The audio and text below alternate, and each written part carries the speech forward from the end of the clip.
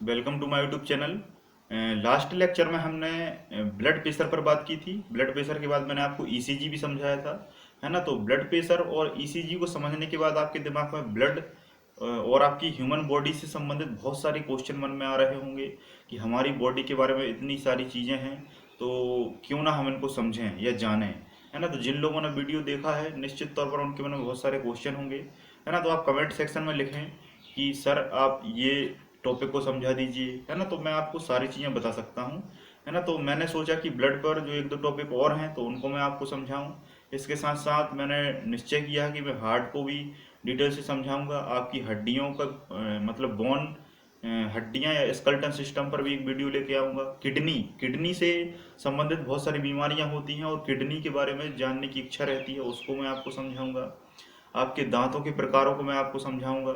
आप सांस कैसे लेते हैं इसके बारे में मैं आपको समझाऊंगा। आपके पाचन तंत्र पर एक वीडियो आएगा। तो ऐसे बायोलॉजी की मैं बहुत सारे टॉपिक सोच रहा हूँ कि आपकी बॉडी से उठाऊं, ताकि आपको बहुत सारी चीज़ें जानने को मिले जिनसे बहुत सारे क्वेश्चन एग्जाम में भी आते हैं। तो आज का हमारा टॉपिक है शुगर। शुगर ब्लड प्रेशर के बाद जो ब्लड प्रेशर का एक खास रीजन होता है वो शुगर होता है। तो आज का हमारा टॉपिक है शुगर के बारे में। शुगर को शुगर को हम मधुमेह या डायबिटीज कहते हैं। मधुमेह हिंदी में कहा जाता है, इंग्लिश में डायबिटीज कहा जाता है। अब ये होता कैसे है, इसका कारण क्या है, इस कंट्रोल कैसे किया जा सकता है, बहुत सारी चीजें मैं आपको यहाँ समझाने वाला हूँ। ठीक है। तो सबसे पहले आपको ये पता होना चाहिए कि शुगर होती कहाँ है। शुगर जो होती है वो आपकी बॉडी कि शरीर में नहीं होती, आपकी बॉडी के केवल ब्लड में होती है। और ब्लड कहाँ बहता है? ब्लड केवल आपकी बॉडी की धमनी और सिराओं में बहता है। ये बहुत सारी लोगों के दिमाग में गलत फहमी होती है कि हमारा जो रक्त है, जो ब्लड है, वो पूरी बॉडी में फैला होता है ना। पूरी बॉडी में आपका ब्लड कभी नहीं होता। ब्लड हमेशा आपके बंद पाइप या क्लोज ट्यूब के अंदर होता है। और उन छोटे छोटी नलियों को हम क्या कहते हैं? धमनी और सिराएं। तो धमनी और सिराओं में ही ब्लड होता है, बॉडी के अंदर ब्लड नहीं होता। इस चीज को आप हमेशा याद रखिए। ये बहुत सारी छोटी छोटी चीजें हैं जो आमतौर पर पता नहीं होती। जो ब्लड है, आपको मैंने पिछले लेक्चर में बताया था कि जितनी भी चीज़ें आप खाते हैं, चाहे भोजन हो, पानी हो, मीठा हो, खट्टा हो, ग्लूकोज हो, फ्रक्टोज हो, माल्टोज हो, गैलेक्टोज हो, स्टार्च हो, सेलुलोज हो, खनिज हो, विटामिन हो, मिनरल्स हो, कोई भी चीज़ें अगर आप खाते हैं तो खाने के बाद जब उनका पाचन होता है तो उनसे जितनी भी जरूरी चीज़ें प्राप्त होती हैं, चाहे वो एनर्जी हो, है ना, चाहे उनमें उनमें जितने भी जरूरी पोषक तत्व हों, उन सभी को आपके ब्लड में मिला दिया जाता है।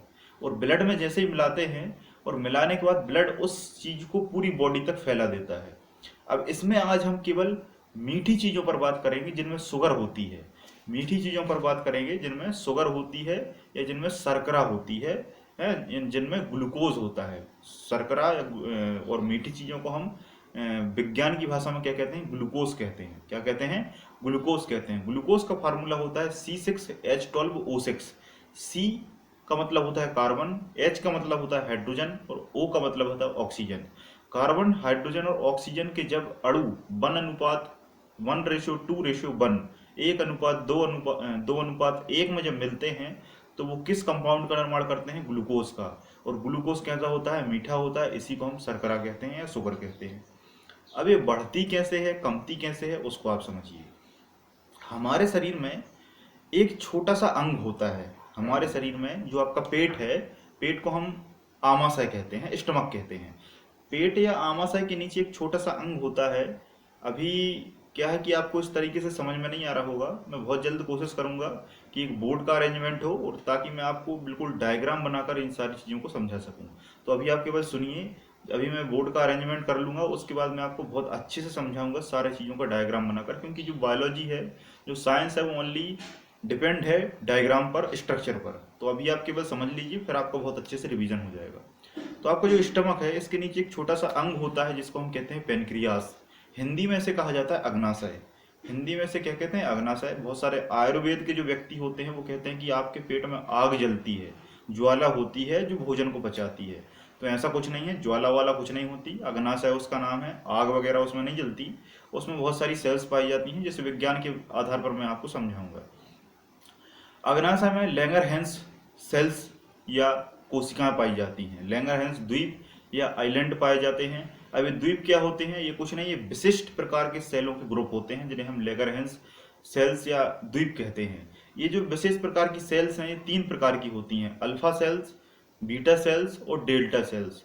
अल्फा, बीटा और डेल्टा सेल्स होती हैं। सेल्स मतलब कोशिकाएं, कोशिकाएं मतलब आपके शरीर का सबसे छोटा भाग, आपके शरीर का सबसे छोटा भाग, ठीक है। अब इन सेलों में जो बीटा प्रकार है, जो बीटा प्रकार की सेल्स हैं वो एक विशेष प्रकार का हार्मोन रिलीज करती हैं, विशेष प्रकार का हार्मोन रिलीज करती हैं जिसका नाम है इंसुलिन। जिसका नाम क्या है? इंसुलिन। कई बार पूछा है कि इंसुलिन कहाँ से निकलता है, तो अग्नाशय से। अग्नाशय में कहाँ से? बीटा सेल से। क्या निकलता है? इंसुलिन, है ना। किसने बताया? ये किसने बताया? ये इंपॉर्टेंट है।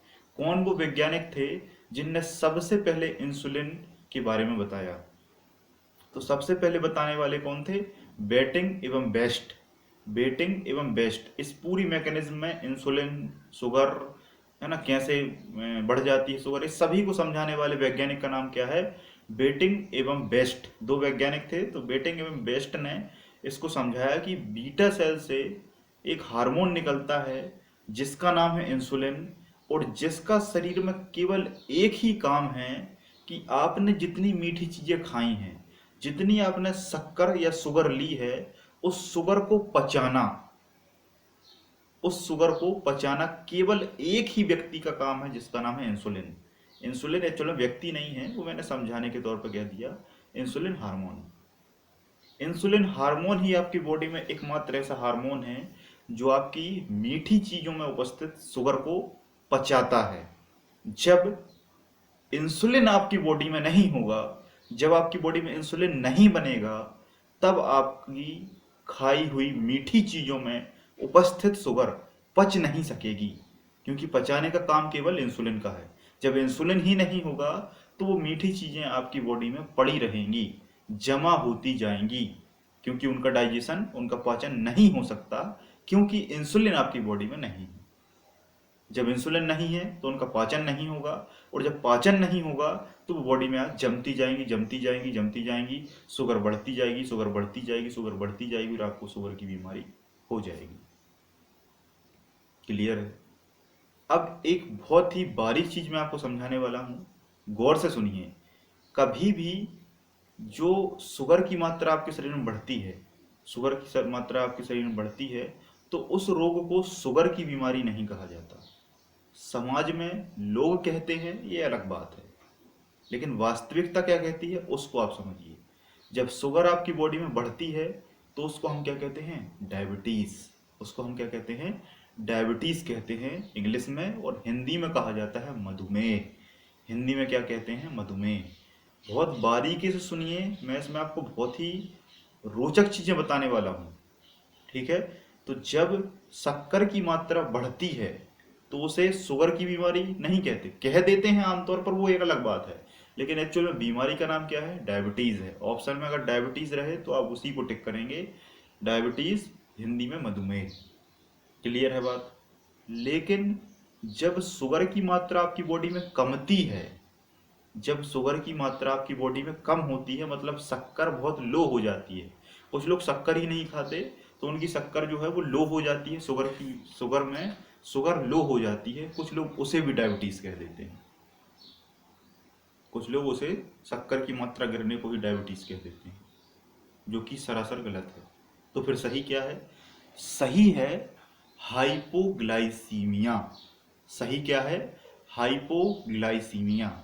याद रखना डियर स्टूडेंट कि जब शुगर की मात्रा आपके शरीर में बढ़ती है तब डायबिटीज होती है, जब शुगर की मात्रा आपकी बॉडी में कमती है तब हाइपोग्लाइसीमिया बीमारी होती है। समझ में आ गया? कुछ लोग बस यही कह देते हैं कि शुगर बढ़ गई, शुगर कम गई, शुगर बढ़ गई मतलब शुगर बढ़ने की बीमारी हो गई, शुगर कमने की बीमारी हो गई। ऐसा नहीं है। शुगर जब बढ़ती है तो डायबिटीज रोग कहलाता है, शुगर जब कमती है तब हाइपोग्लाइसीमिया कहलाता है। शुगर जब बढ़ती है तो उसके लिए जिम्मेदार होता है इंसुलिन हार्मोन, और जब शुगर कमती है तो उसके लिए जिम्मेदार होता है ग्लूकेगॉन हार्मोन। ग्लूकेगॉन हार्मोन यह भी अग्नाशय से ही निकलता है। यह अग्नाशय की अल्फा कोशिकाओं से निकलता है।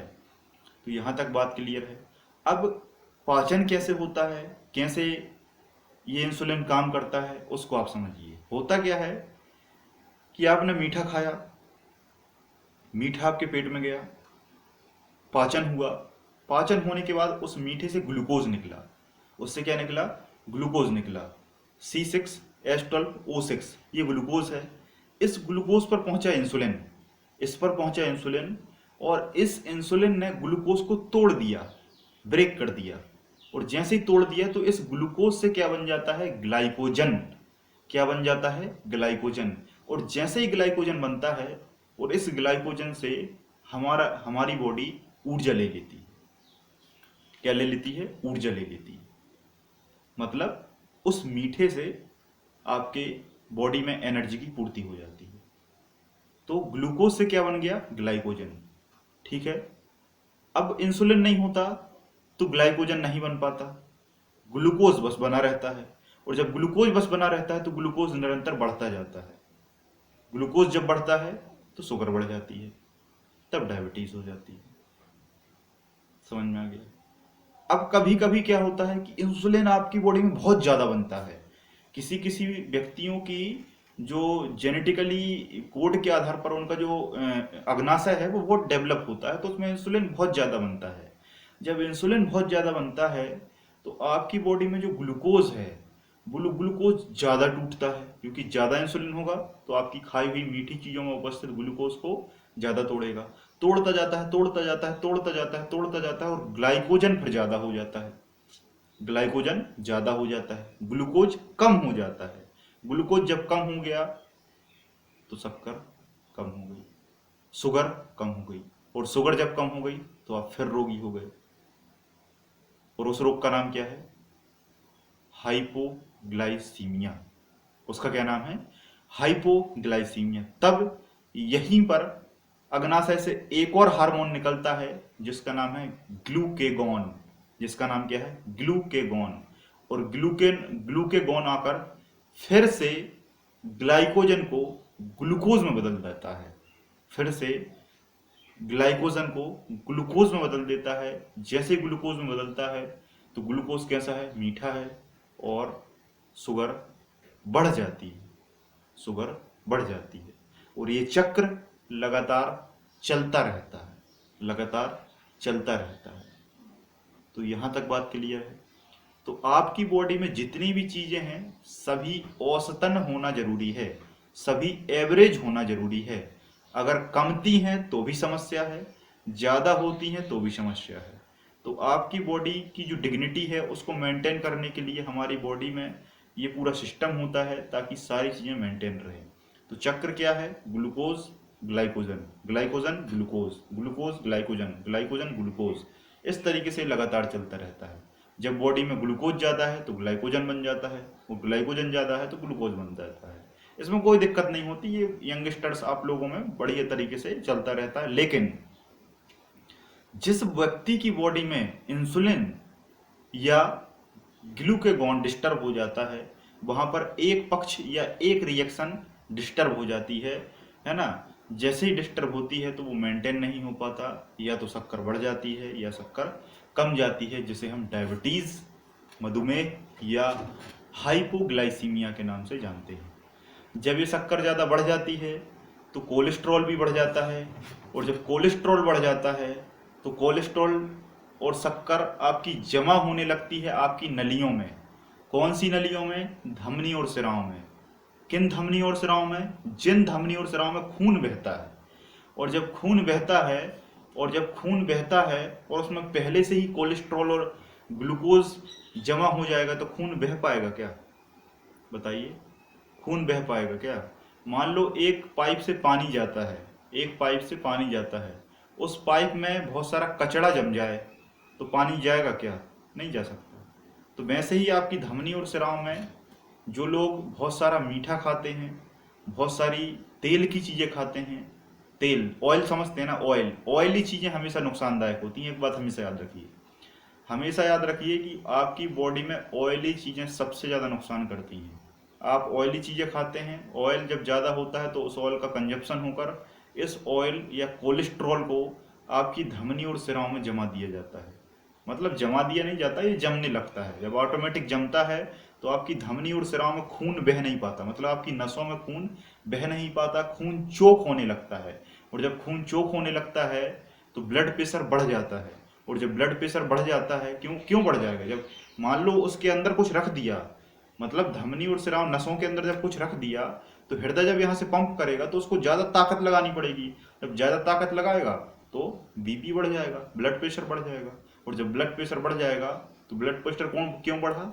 ऑयली ऑयली चीज़ों से, कोलेस्ट्रॉल से, शुगर से। जो चीज़ डाइजेस्ट नहीं होती वो आपकी बॉडी में आकर जम जाती है, और जम जाती है तो आपकी नलियां चोक हो जाती हैं, नसें चोक हो जाती हैं, और इसका वजन पड़ता है हृदय पर, और हृदय आघात हो जाता है। हृदय काम नहीं कर पाता, हृदय फेल हो जाता है, जिसको हम कहते हैं हार्ट अटैक या हार्ट फेल। यहाँ तक बात क्लियर है? अब आपको समझ में आ गया होगा कि बीपी क्या है, शुगर क्या है, और हार्ट फेल क्यों होता है। मेन कारण क्या है? आपका खाना। खाना डिस्टर्ब होता है, शुगर बढ़ती है, शुगर बढ़ती है, शुगर जम जाती है, ऑयल जम जाता है। जब ऑयल जम जाता है तो रक्त नहीं बह पाता, और जब रक्त नहीं बह पाता तो इसका वजन, इसका लोड हृदय पर पड़ता है। जब हृदय पर ज़्यादा लोड पड़ने लगता है तो हृदय फेल हो जाता है। इसी को हम हार्ट अटैक कहते हैं। ठीक है, तो आई होप यहाँ तक समझ में आ गया होगा। आगे जो चीज़ें हैं उसको हम नेक्स्ट वीडियो में मैं आपको बताऊंगा। जो भी आपको समझना है आप कमेंट सेक्शन में लिख सकते हैं। जय हिंद, जय भारत।